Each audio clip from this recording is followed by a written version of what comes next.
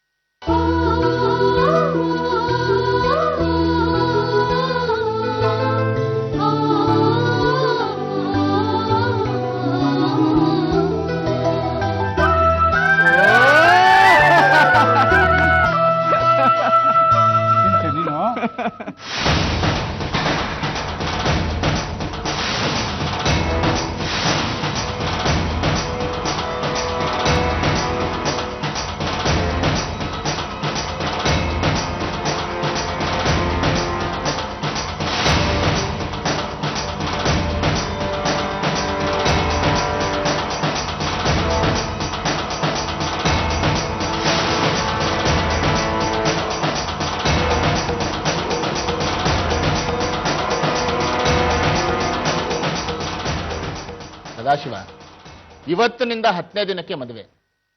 ತುಂಬಾ ಆತರದಲ್ಲಾಗ್ತಾ ಇದೆ ಅಂತ ಅನ್ನಿಸ್ತಾ ಇದೆಯಾ? ನಿನಗೂ ಮದುವೆ ತಯಾರಿಗೆ ಕಾಲಾವಕಾಶ ಬೇಕಾಗ್ಬೋದು. ಹೇಗೂ ಇನ್ನೂ ತಟ್ಟೆ ಬದಲಾಯಿಸ್ಕೊಂಡಿಲ್ಲ. ಬೇಕಾದ್ರೆ ಮದುವೆ ದಿನಾಂಕನ ಮುಂದಕ್ಕೆ ಹಾಕ್ಬೋದು.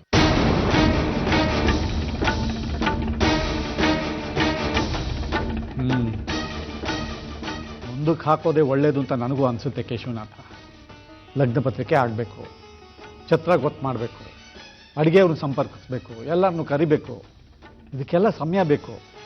ಮುಂದಕ್ಕೆ ಹಾಕಿದ್ರೆ ಅನುಕೂಲ ಅಂತ ನನಗೂ ಅನಿಸುತ್ತೆ. ಮದುವೆ ಮುಂದಕ್ಕೆ ಹಾಕೋದು ಬೇಡ ಕೇಶವಮಾವ.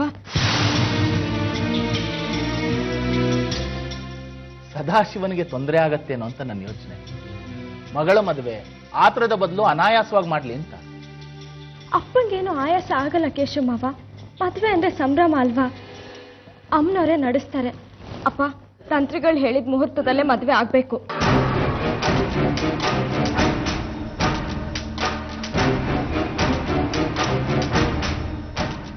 ನಮ್ ದೇವಿ ಇಷ್ಟನೇ ನಮ್ಮಿಷ್ಟ. ತಂತ್ರಿಗಳು ಹೇಳಿದ ಮುಹೂರ್ತದಲ್ಲೇ ಮದುವೆ ಆಗ್ಲಿ. 2 ವರ್ಷದಿಂದ ಕಾದಿದೀವಿ.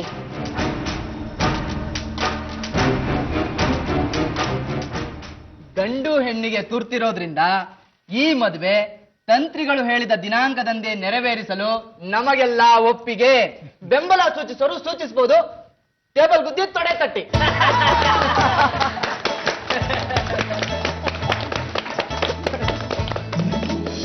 ಇದೇ ಮುಹೂರ್ತ ಖಚಿತವೇ? ಹೌದೌದು. ನಂದನ ನಾಮ ಸಂವತ್ಸರದ ಚೈತ್ರ ಮಾಸದ ಶುಕ್ಲ ಪಕ್ಷದ ಶುಭ ಶುಕ್ರವಾರದಂದು, ಅಂದರೆ ಇಂದಿಗೆ ಸರಿಯಾಗಿ 10ನೇ ದಿನಕ್ಕೆ 11 ಗಂಟೆ 20 ನಿಮಿಷ 45 ಗಳಿಗೆ ಸರಿಯಾಗಿ ಸಲ್ಲುವ ಶುಭ ವೃಶ್ಚಿಕ ಲಗ್ನದಲ್ಲಿ ಸುಚೇಂದ್ರ ಮತ್ತು ದೇವಿ ವಿವಾಹ ಮಹೋತ್ಸವವನ್ನು ಏರ್ಪಡಿಸಿದೆ. ಆಗಬಹುದೇ ಸ್ವಾಮಿ? ಸರಿ, ಎಲ್ಲ ಸಾಂಗವಾಗಿ ನೆರವೇರ್ತಲ್ಲ. ತಾಂಬೂಲ ಬದಲಾಯಿಸ್ಕೊಂಬಿಡಿ. ಅಯ್ಯೋ, ತುಂಬಾ ಆತರ ತಂತ್ರಿಗಳ ನಿಮಗೆ. ಅದ್ ಹೇಗ್ ತಟ್ಟೆ ಬದಲಾಯಿಸ್ಕೊಳಕಾಗತ್ತೆ? ಕೆಲವೊಂದು ವಿಚಾರಗಳು ಇತ್ಯರ್ಥ ಆಗ್ಬೇಕು. ಇನ್ನು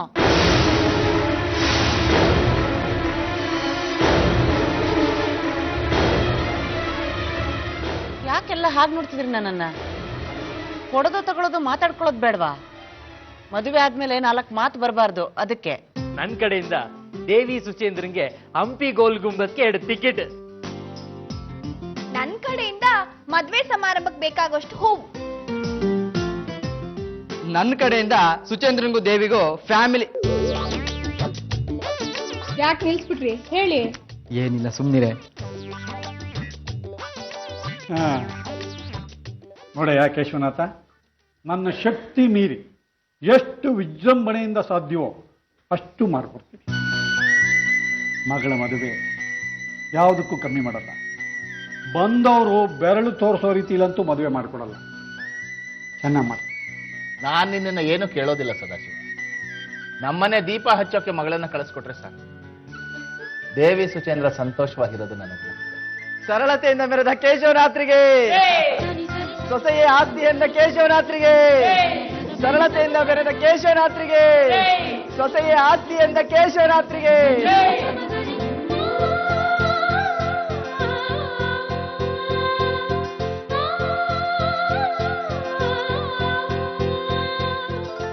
ಸಮಯ ಪ್ರಶಸ್ತವಾಗಿದೆ. ತಾಂಬೂಲ ಬದಲಾಯಿಸ್ಕೊಂಬಿಡಿ.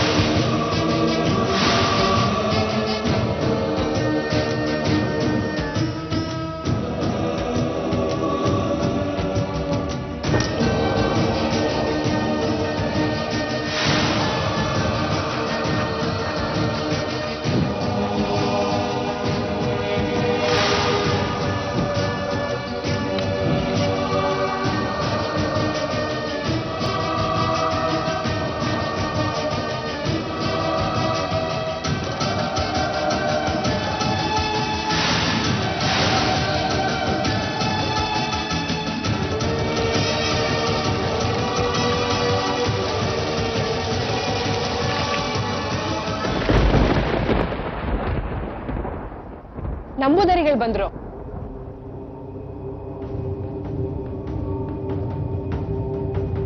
ನಂಬೂದರಿಗಳೇ ಬನ್ನಿ ಒಳಗೆ.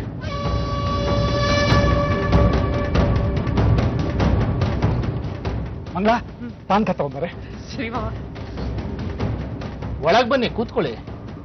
ಭಾವಿ ದಂಪತಿಗಳು ಕಾಲಿಗೆ ನಮಸ್ಕಾರ ಮಾಡಿ ಆಶೀರ್ವಾದ ಮಾಡ್ತಾರೆ.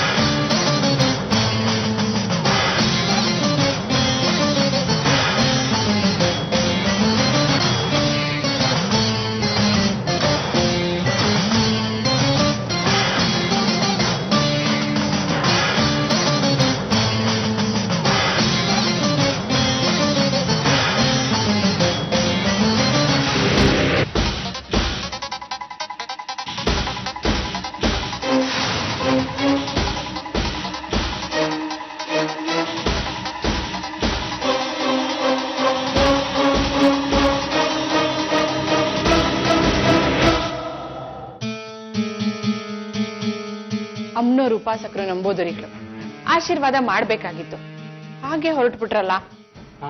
ತೆಗಿ, ಕುರಿ ಕಡಿಯೋ ಕಟ್ಕ ಇದ್ದಂಗೆ ಅವನ ಆಶೀರ್ವಾದ ಮಾಡಿದ್ರೆಷ್ಟು ಬಿಟ್ರೆಷ್ಟು. ಮನಸ್ಸು ಕಸವಿಸಿ ಆಗತ್ತೆ ಕಣ್ರಿ. ನಿಮ್ಗಂತೂ ದೇವ್ರು ಅಂದ್ರೆ ಕಲ್ಲು, ನಮ್ಗ್ ಹಾಗಲ್ವಲ್ಲ. ಸುಮ್ಮನೆ ತಲೆ ಕೆಡಿಸ್ಕೋಬೇಡ ನೀನು. ನಮ್ಮ ದೇವಿ ಮದುವೆ ದಿನಾಂಕ ನಿಶ್ಚಯವಾಗಿದೆ, ಸಂಭ್ರಮದಲ್ಲಿದ್ದೀವಿ, ಸಂತೋಷದಲ್ಲಿದ್ದೀವಿ. ಅವನು ಯಾವನ ನೀಲಿ ಪಂಚವನ ಆಶೀರ್ವಾದ ಮಾಡಿದ್ರೆ ಏನೋ ಆಗೋಗುತ್ತೆ ಅಂತ ತಲೆ ಕೆಡಿಸ್ಕೋಬೇಡ ನೀನು. ಅಮ್ಮನವರು ಅಂತೀರಿ.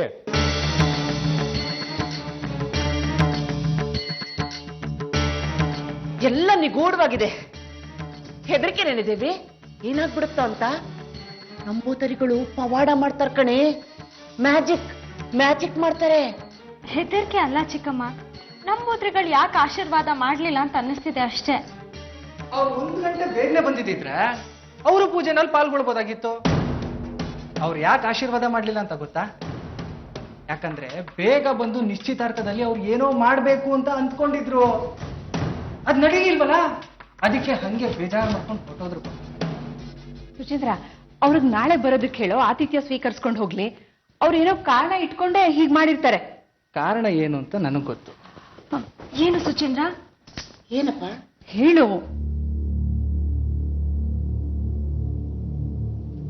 ಕಾರಣ ಇಷ್ಟೇ. ನಂಬೂದರಿಗಳು ಯಾಕೆ ಹಿಂಗ್ ಮಾಡಿದ್ರು ಅಂತಂದ್ರೆ, ನಾನು ದೇವಿ ಯಾಕೆ ಆಶೀರ್ವಾದ ಮಾಡ್ಲಿಲ್ಲ ನಂಬೂದರಿಗಳು ಅಂತ ಏಕಾಂತದಲ್ಲಿ ಕೂತು ಚರ್ಚೆ ಮಾಡ್ಲಿ ಅಂತ.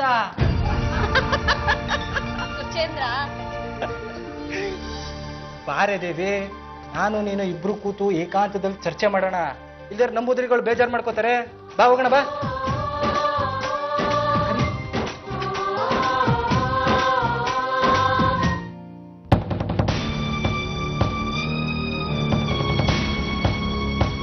ಕೇಶವನಾಥ್ರಿಗೆ ಈ ಮದುವೆಯಿಂದ ಏನೋ ಸಮಸ್ಯೆ ಇರೋ ಹಾಗಿದೆ. ಅದಕ್ಕೆ ನಂಬೂದರಿಗಳು ಈ ರೀತಿ ವರ್ತಿಸಿದ್ದಾರೆ. ಏನದು? ಈ ಮದುವೆ ನಡೆಯುತ್ತೆ ದೇವಿ. ನಂಬೂದ್ರಿಗಳು ಯಾಕೆ ಬಂದ್ರು ನಿಶ್ಚಿತಾರ್ಥಕ್ಕೆ? ಆಶೀರ್ವಾದ ಮಾಡದೆ ಯಾಕೆ ಹಾಗೆ ಹೊರಟೋದ್ರು? ನಂಬೂದರಿಗಳು ಅಮ್ಮನವ್ರ ಆರಾಧಕರು. ಅವರನ್ನ ಹೀಗೆ ದಿಢೀರಂತ ಪ್ರತ್ಯಕ್ಷ ಪಡಿಸೋದು, ಅವ್ರ ಕೈಯಲ್ಲಿ ಏನೇನೋ ಮಾಡಿಸಿ ನಿನ್ನನ್ನ ಪಾರ್ವತ್ಯತನ ಆತಂಕ ಪಡಿಸೋದು, ಚಮತ್ಕಾರ ಮಾಡೋದು, ಅವ್ರ ಮೂಲಕ ಅಮ್ಮನವ್ರನ್ನ ಬಳಸ್ಕೊಂಡು ನಿನ್ನನ್ನ ಪಾರ್ವತ್ಯತನ ಕಟ್ ಹಾಕೋದು, ಈಗ ಏನೇನೋ ಮಾಡ್ತಾರೆ ಕೇಶವನಾಥ್ರು. ಹಿಂದೆಲ್ಲ ಎಷ್ಟು ಆಟಾಡ್ಸಿಲ್ಲ ನಿನ್ನನ್ನ. ಈ ಮದುವೆ ನಿಲ್ಸಕ್ಕೆ ಕೇಶವನಾಥ್ರು 1000 ಥರದ ತಂತ್ರಗಳನ್ನ ಹೂಡ್ತಾರೆ. ಆದ್ರೆ ನೀನ್ ಹೆದರಬಾರ್ದಷ್ಟೇ.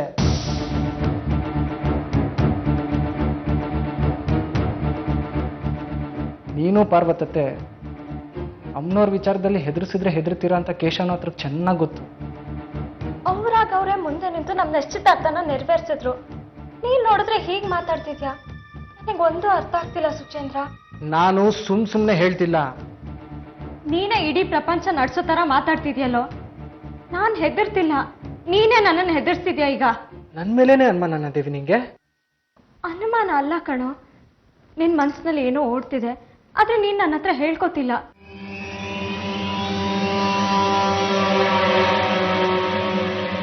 ನನಗೆ ಕೆಲವು ವಿಚಾರಗಳು ಗೊತ್ತಾಗಿದೆ ಅಂತ ಅವ್ರಿಗೆ ಗೊತ್ತಾಗಿದೆ.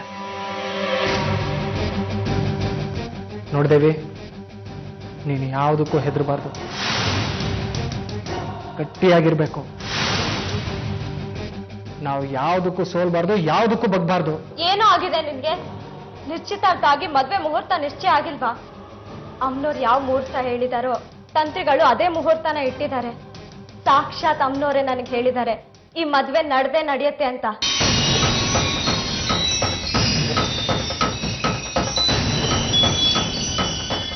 ನಂಬೂದಿಗಳ ಆಶೀರ್ವಾದ ಇಲ್ಲ ಅಂದ್ರೆ ಏನು? ಅಮ್ನೋರ್ ಆಶೀರ್ವಾದ ಇದ್ದೇ ಇರತ್ತೆ ಈ ಮದ್ವೆಗೆ. ಅಮ್ನೋರ್ ಕೊಟ್ಟ ಮಾತು, ಇಟ್ಟು ಮುಹೂರ್ತ ಯಾವತ್ತೂ ಬದಲಾಗಲ್ಲ.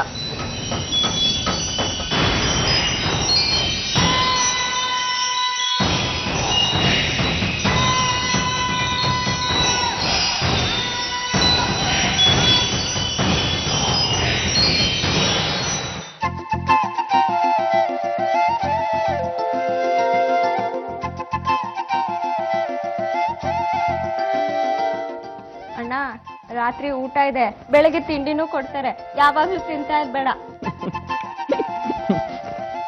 ದೇವಿ, ಸದಾನಂದಣ್ಣನ ಜೊತೆ ಮಾತಾಡಬೇಕು, ಅವನನ್ನ ಕಳಿಸ್ಬೇಡಿ ಅಂದಂತೆ. ಏನೇ? ಏನ್ ನಿರ್ಧಾರ ಮಾಡ್ದೆ? ಯಾವ ವಿಷಯ? ತಂಗಿ ನಿಶ್ಚಿತಾರ್ಥಕ್ಕೆ ಅಣ್ಣ ಏನು ಕೊಡ್ಲಿಲ್ವಲ್ಲ ಅಂತ ನನ್ನ ಯೋಚನೆ. ಮದುವೆಗೆ ದೊಡ್ಡ ಉಡುಗೊರೆ ಕೊಡ್ಬೇಕು ಅನ್ನೋದು ನನ್ನ ಯೋಚನೆ. ಹುಡುಗರೆ ಯಾರ ಹತ್ರನೂ ಹೇಳ್ಕೊಳಕ್ ಆಗಲ್ವಲ್ಲ ಅಂತ ನನ್ನ ಯೋಚನೆ. ಸರಿನಮ್ಮ, ನಿಂಗೆ ಏನ್ ಬೇಕು ಹೇಳು, ನಾಳೆ ಬೆಳಗ್ಗೆನೆ ತಂದ್ಕೊಡ್ತೀನಿ. Diamond necklace? ಅಯ್ಯೋಯ್ಯೋ, ಬಡಪಾಯಿ ಹತ್ರ ಕೇಳೋ ಉಡುಗೊರೆನೇ ಇದು. ನೋಡು, ಎಳ್ಕಲ್ ಸೀರೆ ಬೇಕಾದ್ರೆ ಕೇಳು, ಒಂದಲ್ಲ 2 ತಂದ್ಕೊಡ್ತೀನಿ. ಸೀರೆ ಯಾರಿಗ್ ಬೇಕು? ನನ್ನ ಹತ್ರನೇ 40 ಸೀರೆ ಇದೆ. ಸೀರೆ ಬೇಡವಾ? ಹಾಗಾದ್ರೆ ಇನ್ನೇನ್ ಬೇಕು? ಆನೆ, ಕುದುರೆ, ದೇವಸ್ಥಾನ ಬೇಕು. ಕೊಡ್ತೀಯಾ? ಇದೆಲ್ಲ ಸುಚೇಂದ್ರನ್ ಮಾತ್ರ ತಂದ್ಕೊಡಕ್ ಸಾಧ್ಯ, ನನಗಾಗಲ್ಲಮ್ಮ. ನಮ್ದು ಬಡವ್ರ ಪಕ್ಷ ಕಣೆ. ನಿನ್ ಕೈಲಿ ಆಗೋದನ್ನ ಕೇಳ್ತೀನಿ, ನೀನ್ ಒಪ್ಬೇಕು? ನನಗಾಗೋದಾದ್ರೆ ಖಂಡಿತ ತಂದ್ಕೊಡ್ತೀನಿ, ಕೇಳು. ನಾಳೆ ಬೆಳಗ್ಗೆನೆ ಎಲ್ಲ ಪ್ಯಾಕ್ ಮಾಡ್ಕೊಂಡು ಚಿಕ್ಕಮ್ಮನ ಮನೆಗೆ ಹೋಗ್ಬೇಕು. ನಾನು ಅಲ್ಲಿ ಬರ್ತೀನಿ.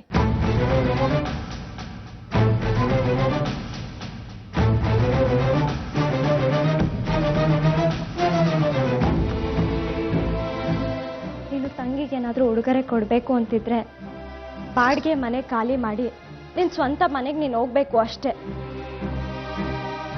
ತಾಯಿ ಮಗ ಒಂದಾದ್ರೆ ಅದೇ ನಿನ್ನ ಕೊಡೋ ಉಡುಗೊರೆ. ನಾನು ಇದನ್ನ ಕೊನೆವರೆಗೂ ಮರೆಯಲ್ಲ ಅಣ್ಣ.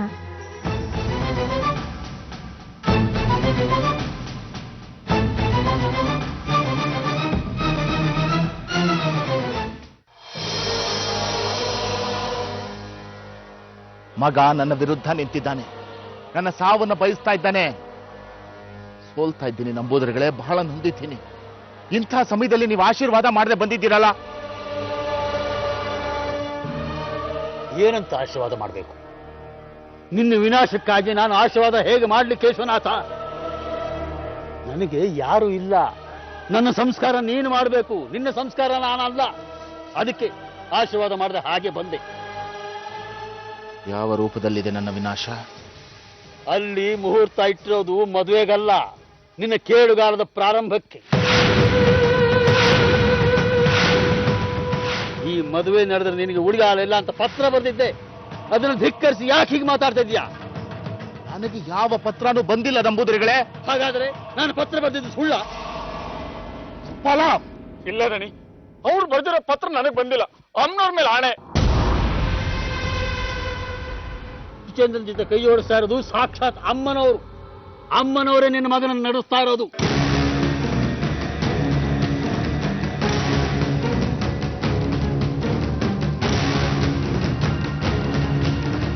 ನಿನಗೆ ಅನ್ನಿಸ್ತಿರಬಹುದು ಈ ಮುಹೂರ್ತ ಇಟ್ಟಿದ್ದು ತಂತ್ರಿಗಳು ಬದಲಾಯಿಸಬಹುದು ಅಂತ. ಈ ಮುಹೂರ್ತವನ್ನು ಇಟ್ಟಿದ್ದು ಅಮ್ಮನವರು, ತಂತ್ರಿಗಳ ಬಾಯಲ್ಲಿ ಅದನ್ನು ಹೇಳಿಸಿದ್ದು ಅಮ್ಮನವರು. ಶಂಖದ ಉಳಿವಾಗಿ ಅಮ್ಮನವರು ಹೀಗೆ ಮಾಡಿದ್ದು.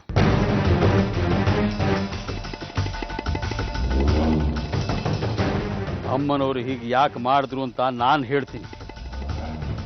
ನಿನ್ನ ಜಾತಕ ತಾರಾಬಲದ ಪ್ರಕಾರ ನಂದನ ನಾಮ ಸಂವತ್ಸರ ಚೈತ್ರ ಮಾಸ ಶುಕ್ಲ ಪಕ್ಷ ಶುಭ ಶುಕ್ರವಾರದಂದು 11 ಗಂಟೆ 20 ನಿಮಿಷ 45 ಗಳಿಗೆಗೆ ವೃಶ್ಚಿಕ ಲಗ್ನದಲ್ಲಿ ಶಂಖ ನಿನ್ನ ಕೈಗೆ ಬಂದು ಸೇರೋ ಯೋಗ ಇತ್ತು.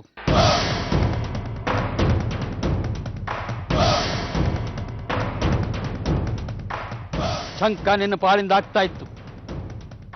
ಯಾರಿಗೂ ಅದನ್ನು ತಡೆಯೋಕ್ಕಾಗ್ತಾ ಇರಲಿಲ್ಲ. ಶಂಖ ನಿನ್ನ ಪಾಲಾಗೋದನ್ನು ತಪ್ಪಿಸೋದಕ್ಕೆ ಅಮ್ಮನವರು ಈ ಮುಹೂರ್ತವನ್ನು ಇಟ್ಟಿದ್ದು.